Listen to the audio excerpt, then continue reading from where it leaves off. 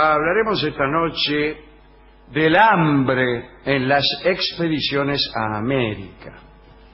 Cuando los españoles o los portugueses llegaban a las costas americanas, se encontraban muchas veces con pobladores que tenían agriculturas muy primitivas. El principal alimento de la mayoría de las civilizaciones de Sudamérica y Centroamérica era el chazabe, una especie de torta de harina de mandioca.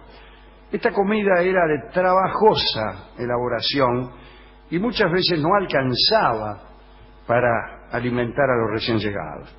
Los expedicionarios, hasta que pudieron cultivar la tierra por sus propios medios, se dedicaban al saqueo, pero mientras buscaban oro, joyas y artículos de precio, tenían hambre.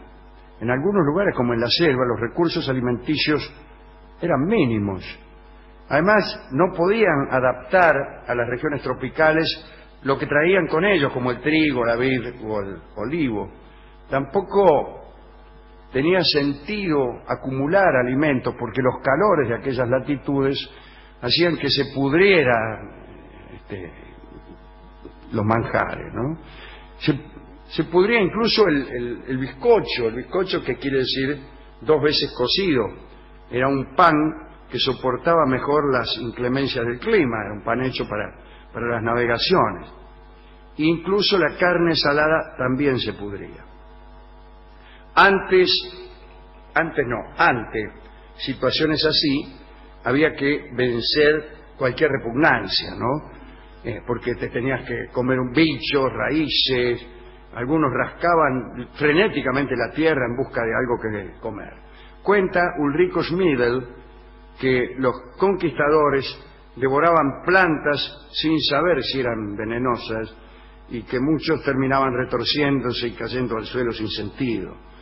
Cuando encontraban alguna población solidaria, se producían entonces hartazgos alimenticios, que también eran peligrosos.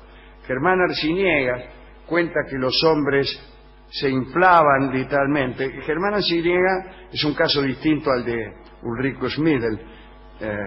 Germán Arciniega es un genial escritor casi contemporáneo, mientras que Ulrico Schmidl es un cronista que estaba ahí. Claro. O sea, era él el que tenía hambre, ¿no? Bien, Arciniega dice que los hombres se inflaban y se desinflaban tan violentamente que la debilidad posterior al hartazgo era mayor todavía que la anterior. Miembros de la expedición de Hernando de Soto, aquel que dio su nombre a uno de los automóviles de la fábrica Chrysler, los de Soto, sí. Y que fue el descubridor del Mississippi, yo creo. Miembros de su expedición se peleaban por la posesión de lenguas y sesos de caballo. Se me hace agua la boca. Y caballos incluso que llevaban mucho tiempo muertos. La sangre de los caballos también podía ser un buen recurso, ¿no? Los hombres de Gonzalo Pizarro, que quedaron en tierra cuando Orellana se aventuró por el Amazonas, amenguaban el hambre sangrando a los caballos una vez a la semana. Esta sangre la bebían mezclada con unas hierbas. Tampoco se despreciaban iguanas ni serpientes.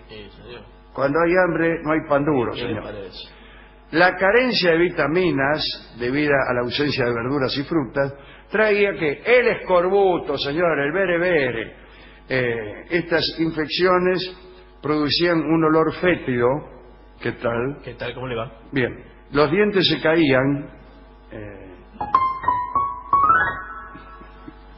¿Qué dientes pequeños? Y en una segunda fase, el mal se propagaba a los miembros y las piernas se ponían negras. Mirá vos, mirá cómo se me puso negra la pierna. Otro problema era la sed.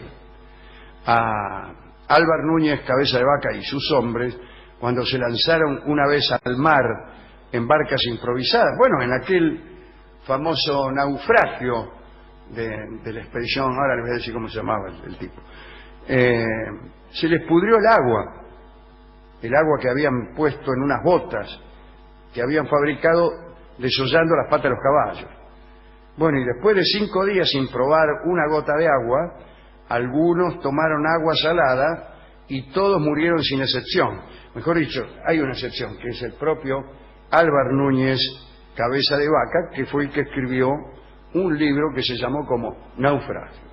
Bueno, en aquellas situaciones de hambre se produjeron también casos de antropofagia. Uno es el que cuentan algunos cronistas con motivo de la más tremenda hambruna que se desató en la Buenos Aires de Pedro de Mendoza. Dice el propio Schmidl, que fue testigo de ese suceso, dijo, cito a Schmidl: la gente no tenía nada que comer, era tanta la miseria y el hambre que no había serpiente, rata u otro bichejo inmundo para aplacarlo. No quedaron ni zapatos, todo se comía, lo único que se guardaba eran los caballos. Parecía un actor argentino, Rico Schmidl. Sucedió luego que 3 españoles robaron un caballo y se lo comieron. Fueron atrapados y bajo tormento confesaron la falta. Los ahorcaron.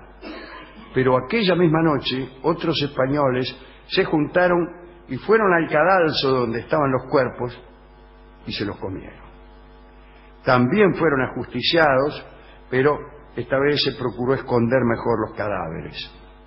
Diego González Baitos, soldado de la expedición de Pedro de Mendoza, se comió a su hermano durante el asedio indígena en julio de 1536. Otro que la pasó mal fue Álvaro de Aguilar, que en 1513 se dirigía de Santo Domingo a no sé dónde y su nave encalló. Unos días más tarde, los indios encontraron a Aguilar junto a sus hombres y les ofrecieron algo de comer. Durante casi 2 meses alimentaron a esta treintena de náufragos hasta que los españoles, yo creo que sospechaban que los estaban engordando para comérselos, y hicieron una barca y partieron. Empezaron a navegar, pero la travesía fue un desastre. Llevaban como 2 meses de navegación y la mitad de los pasajeros ya había muerto. Un día, otra nave, comandada por Pedrarias Dávila, aquel que viajaba siempre con su ataúd, encontró la balsa de Aguilar con los pocos que quedaban. Ese mismo día, en la balsa, habían jugado a los dados quién iba a ser comido, y le había tocado justamente a Álvaro de Aguilar. Esas cosas que tiene el juego. Sí. De un grupo de soldados de Jiménez de Quesada, que estaban perdidos en la selva, sabemos que, desesperados por el hambre, se comieron a sus auxiliares indios. El escopetero Cristóbal Martín devoró a un muchacho, Juan Ramos Cordero,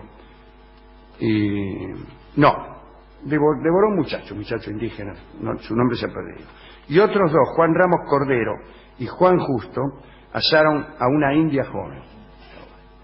El capitán Íñigo de Vascuña, después de una batalla en la que había sido vencido por los indios, escapaba herido con los pocos soldados que le quedaban a través de la selva.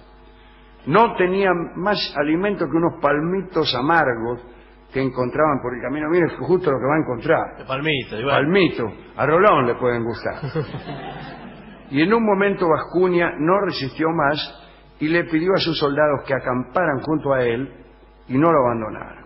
Bueno, acamparan ahí por 3 días, pero Vascuña no se recuperaba. Decidió entonces comunicar a sus tropas que podían irse. Solo 2 guardias se quedaron junto con algunos servidores indios. Al mando de la tropa siguió Juan Portillo. Los soldados ya habían recorrido un par de kilómetros cuando se dieron cuenta de que se habían olvidado el chispero. Y Portillo mandó a 2 enviados a buscarlo. Poco antes de llegar al campamento, los enviados oyeron los gritos de Vascuña. Se apuraron y al llegar encontraron a uno de los guardias que estaba cortando a uno de los sirvientes para comérselo. Los enviados de Portillo huyeron, contaron al resto de la tropa lo que habían visto y el resto siguió su marcha. No volvieron. Siguieron. A mí me gustaría dedicar esta tremenda charla a Mujica Lainez, que ha escrito un bello cuento en misteriosa Buenos Aires, que justamente se llama El hambre, yo creo, sí, que cuenta estos episodios de los que hemos dado cuenta hace un momento. Y también a Ulrico Schmidl, que ha escrito unas bellas crónicas, ¿no? Schmidl estaba un poco preocupado porque no le gustaban mucho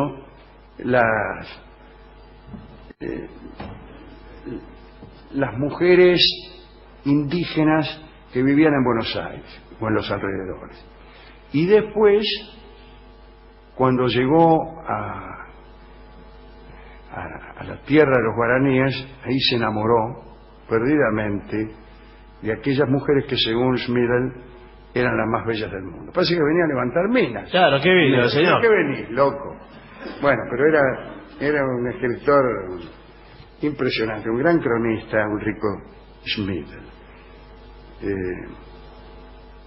Hemos ido a la discoteca y, en atención a las comidas y a don Pedro de Mendoza,